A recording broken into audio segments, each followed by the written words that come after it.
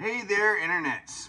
So, not doing the continuing with the caucus convention thing, at least right now. I'll eventually get to the state convention part for the people that need it, strategies and whatnot. But Ron DeSantis dropped out, and so unless Nikki Haley is completely delusional, Trump's going to not have any opposition left. So, going on to other things though. Got a little bit of bad news and some good news and some bills to get behind if you're here in Washington at least, because around the country we got new legislative session. In Washington it's only a short 60-day session, so less chance to get good stuff through, but of course less chance for mischief.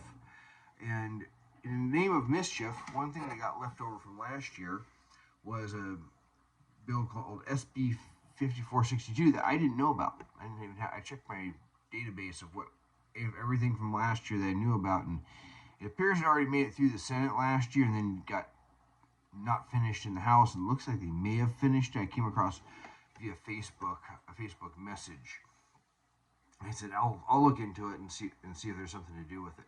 And it's basically the Democrats. Their priority isn't teaching kids to read.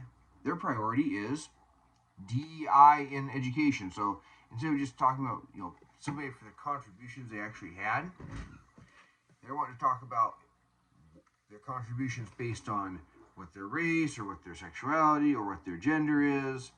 They don't want to talk about based on historical figures based on just what their contributions were. They're obsessed with race, of course. So that's a bad thing. If it hasn't passed, make sure you keep an eye on it to oppose it for that reason. I'm kind of like, the kids can't read and you're worried about that. But there's a couple other education related ones, and I think I'm going to change my order here. One is something that's kind of sorely needed is, if you're going to start adding stuff to the curriculum, I have one called Concerning Holocaust and Genocide Education in Public Schools. And this is basically to teach particularly about the Holocaust. And unfortunately, a lot of people in Gen Z, even some millennials, don't think the Holocaust happened. And it's not because of anybody on the right. They always try and apply the idea of the Holocaust deniers being on the right. Well, got news for you. They're on the left because this is coming from college professors. This is why these college kids are siding with Palestine over Israel and saying the Israelis are committing genocide when they clearly aren't. And so my only criticisms of it, I sent a thing in before they had the public hearing on the 17th and said, I support this bill, but I have a couple criticisms, and that's that it's not specific enough. They should show the video, the film, shot at the concentration camps. They need to talk about what genocide actually is and what it is not, so they're not running around saying, there's a trans genocide. No, there's not a trans genocide unless you want to take it by the way Tim Pool took it, which was to say it's the people transing these kids and sterilizing them so they can't have children. So, I wanted to be more particular and cover it a little more. That's SB 5851. It is pre-filed for this session, and it was heard on January 17th, and I think it's one that people should get behind. Because if people are starting to forget, there's a problem. There's a channel called World War II. I'm trying to get caught up through the whole thing before they do like a week by week and it ends. But they have a section called The War Against Humanity, and when Spartacus Olson sits there and talks about things that happened at the Holocaust, a lot of times he finishes it with, never forget. Well, people are forgetting. That's why they got the MAID program in Canada, Medical Assistance in Dying. And they're suggesting it to people who are just depressed. It looks a lot like Action T4. And hopefully that any approved materials for the Holocaust would cover that. So that is SB 5851. And then they have another one called Making Financial Education Instruction a Graduation Prerequisite and Required Component of Public Education. Well, again, I'd rather they concentrate on reading, writing, and arithmetic first, because if you got those down, every subject is open. But if you're going to throw stuff in, some of these kids, people do not understand concepts like compound interest, which, they taught us about us in math class, because explaining the mathematical formula for that in other ways, but maybe they have to do that. And so it's actually a bill that may have to get put out there, because then people might understand, oh, I'm taking a loan out and it's going to do that. Interest is going to compound. Maybe I want to not take too much for a degree that ain't getting me a job. So that's a good one to get behind. And then lastly, kind of the one I really want to talk about, and I really kind of caught my eye, was SB 5841. And again, some of these are kind of I believe are bipartisan.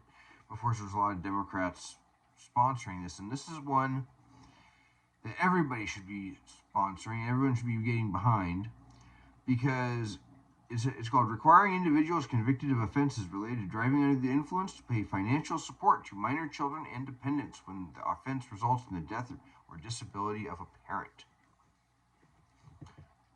This is kind of like man, they don't?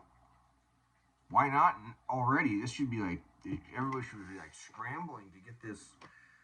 This is new for this session. We should be just scrambling to get this enacted into legislation. I don't know who has sympathy for drunk drivers.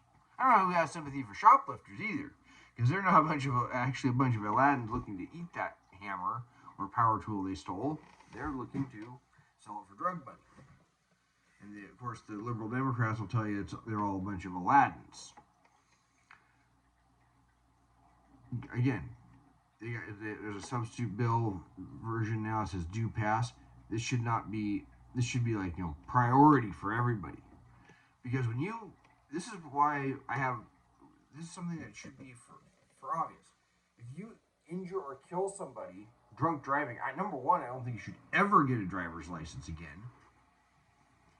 But why would we not come down hard on you? I've heard some people say, there was a country, I think in Europe, where they would actually give you a special license plate if they let you drive again for if you drove drunk. And honestly, I think it's a great idea. I had some friend years ago say, oh, no, that's just too far. That's being too harsh. No, it's not. Drunk driving is 100% avoidable. I was at a bar with a girlfriend I had years ago. It was actually the first girlfriend I ever had. She liked to go screech karaoke, and it was literally screeching karaoke. And I ran into a guy I went to high school with, and he was a freshman when I was a senior. He said, oh, hey, Pat, yeah, buy you a drink. Let me buy you a drink. I said, nope, I already had one. Oh, you need another one. I said, nope, I don't need another one. I've already had one. Oh, it's okay. You can have two. I said, nope, I'm not going to end up getting caught driving drunk. He goes, oh, that's not a big deal. I said, no, I don't want DUI. He says, oh, I've had one of those. Like, it's no big deal. Or almost a badge of honor. Not a badge of honor. You should be ashamed. My maternal grandfather got pulled over at a certain intersection. I know which one. And that's how my grandma ended up widowed at 38.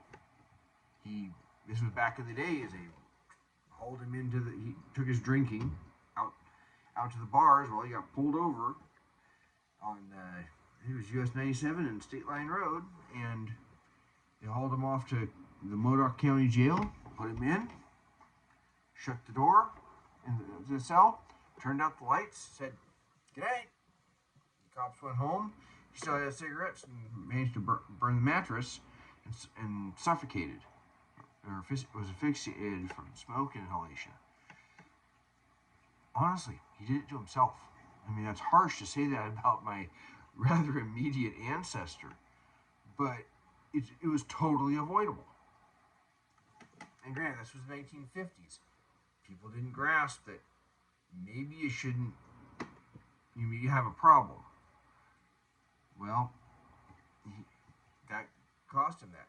Luckily, he didn't kill somebody else. There should be no sympathy for this. And so to be stuck with child support, and the best part of it is it doesn't say based on, it's not like they look at the two parents' income and what's the child's lifestyle they're accustomed to. No, it's what's the income of the dead parent, the surviving parent, the child care needs, and what lifestyle is the child accustomed to.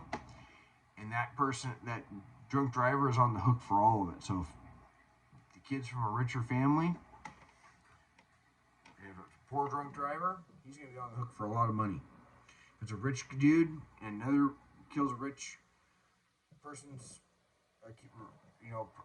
another rich person, they're on the hook. I love it. So get behind that one. SB 5841. I think I did put in a comment and said pass this. This is like the theory of duh. If I didn't, I overlooked it. But if it gets into the House and gets into committee, I'll be like, this should be like a top priority, because why are we not doing it already?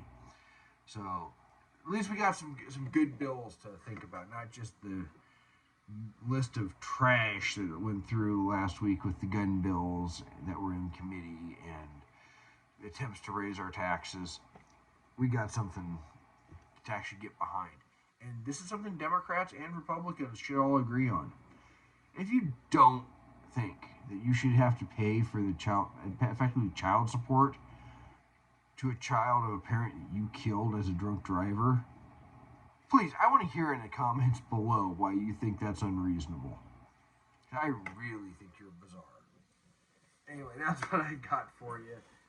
I'll try and get some other stuff out not too long. The third of what to do at the state convention and tax exit strategies. Probably tax exit strategies first, because things like county conventions are coming up, and if you're looking to carry out any of those, especially for, say, statewide races where there might be some sort of nominating convention, I want you to have those strategies so you know when someone says, hey, if you support this guy for governor, vote for these guys. And you're not shocked when someone says, vote for these guys, don't vote for yourself, even if you want to be a deli. Anyway, until then, you all take care.